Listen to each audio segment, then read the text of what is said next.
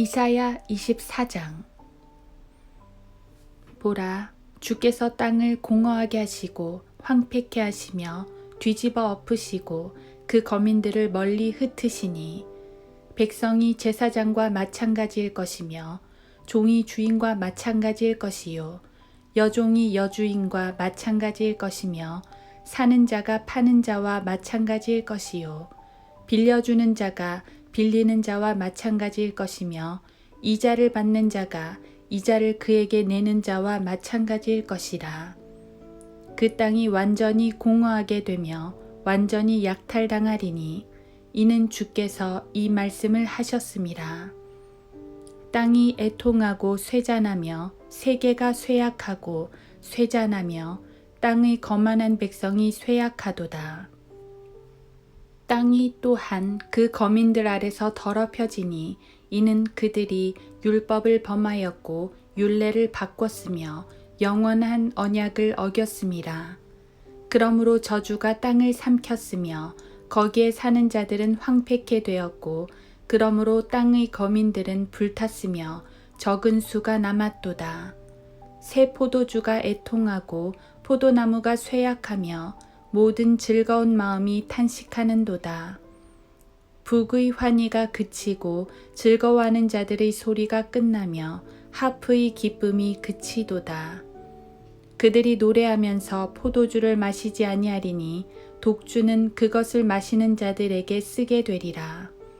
혼란의 성읍은 헐리고 모든 집은 닫혔으니 들어가는 자가 아무도 없도다.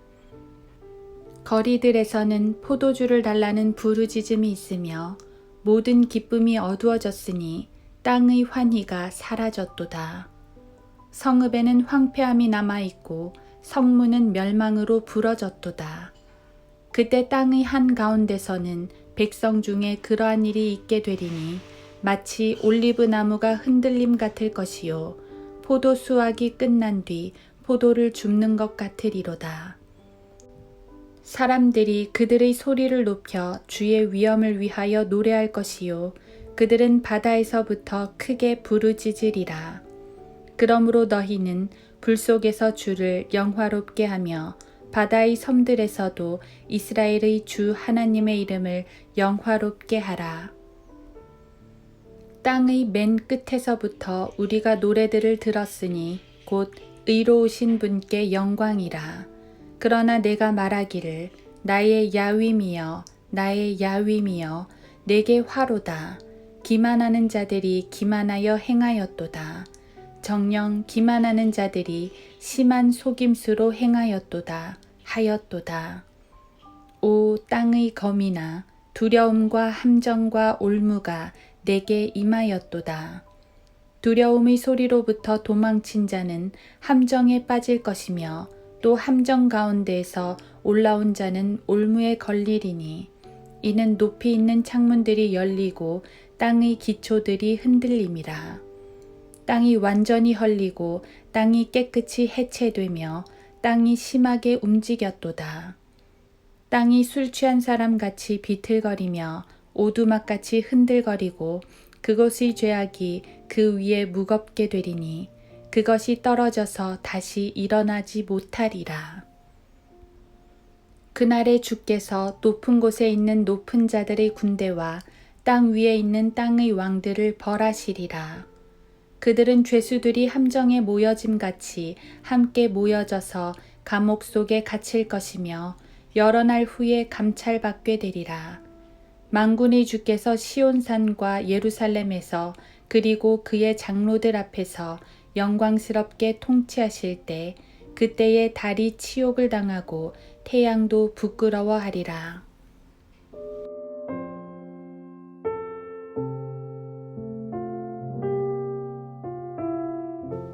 하루 한 장 이사야 24장. 사람들이 그들의 소리를 높여 주의 위엄을 위하여 노래할 것이요 그들은 바다에서부터 크게 부르짖으리라. 이사야 24장 14절. 성도들이 좋아하는 찬양이 있습니다. 주님의 높고 위대하심을 내 영혼이 찬양하네. 참 아름다운 찬양입니다. 정말로 주님의 위대하심을 영원토록 찬양하고 싶습니다. 그런데 주님의 위엄을 높이는 것은 꼭 성도들만이 아닙니다. 악인들도 주님의 위엄을 높일 때가 있습니다. 어떤 경우냐 하면 심판을 받으면서 하나님의 처분이 옳다고 하나님의 심판이 의롭다고 인정을 하는 경우입니다. 하나님의 능력과 공의로우심이 위대하다고 인정을 하는 경우입니다. 그런 의미에서 악인들도 주님을 높인다는 말입니다. 본문은 문맥적으로 그런 경우를 말합니다. 바빌론 왕 느부갓네살은 다니엘 앞에서 하나님의 위대하심을 여러 번 찬양했습니다. 특히 다니엘 4장에서 교만이 극에 달했다가 하나님의 심판을 받게 되는데 7년 동안 짐승처럼 행동을 하다 정신이 돌아옵니다. 그때 그는 지극히 높으신 하나님이 온 땅의 왕이라고 선언을 합니다. 그렇다고 그가 유대교로 개종했다든지 율법을 지켰다든지 우상을 버리고 하나님을 믿었다는 말은 아닙니다. 지금까지 자기는 예루살렘을 정복한 왕으로서 이스라엘의 하나님을 얕잡아 봤었는데 이제 보니 그 하나님이 심판의 권세를 가지신 가장 높으신 분임을 인정한 것입니다. 이와 같이 하나님께서는 왕국들을 무너뜨리면서 그분의 위대하심을 나타내십니다. 그때 이방인들은 하나님의 위엄을 높일 수밖에 없습니다. 우리 주변에도 하나님을 무시하는 불신자들이 많이 있습니다.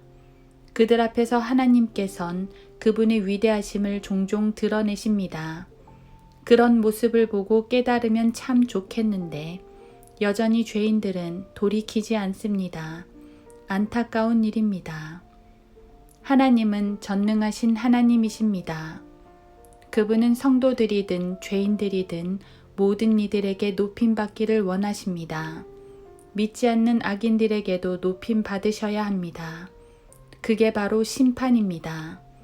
계시록에 보면 하나님의 재앙을 당하면서도 여전히 하나님을 모독하는 사람이 많습니다. 지금도 마찬가지입니다. 하지만 최후의 심판에서도 그럴까요? 영원 불못에 떨어질 때 그들의 죄악들이 낱낱이 드러날 때 그들은 어찌 하나님을 모독하겠습니까? 직접 하나님께 영광을 돌리진 않아도 그 상황 자체가 주님께 영광이 될 것입니다. 악을 벌하고 의를 세우는 것 자체가 하나님께 영광이 되는 일입니다. 하지만 사실 하나님은 그런 식으로 영광받기를 원하시지 않습니다. 우리 하나님은 포악한 독재자가 아닙니다. 주님은 심판보다도 구원으로서 영광받기를 더 원하십니다. 죄인이 심판받는 것도 주님께 영광이 되지만 회개하고 구원받는다면 그건 더 큰 영광이 됩니다. 하나님의 사랑과 자비가 나타나고 십자가 보혈의 위대함이 드러나기 때문입니다. 주님은 심판이 아니라 구원의 역사를 통해 영광받기를 원하십니다. 구원받은 성도들을 통해 찬양받기를 원하십니다. 성도들이 감사와 기쁨 가운데 영광 돌리는 것을 원하십니다. 주님의 위대한 구원을, 세시반 돌보심을, 놀라운 승리를 찬양하는 걸 원하십니다. 또한 믿음 가운데 드리는 간구를 원하시며 겸손한 무릎을 원하십니다.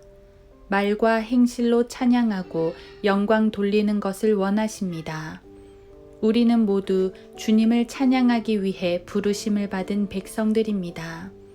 얼마나 귀하고 감사한지요. 그렇지 않았으면 최후의 심판 때에야 절망 가운데 영광을 돌리게 되었을 텐데 말입니다.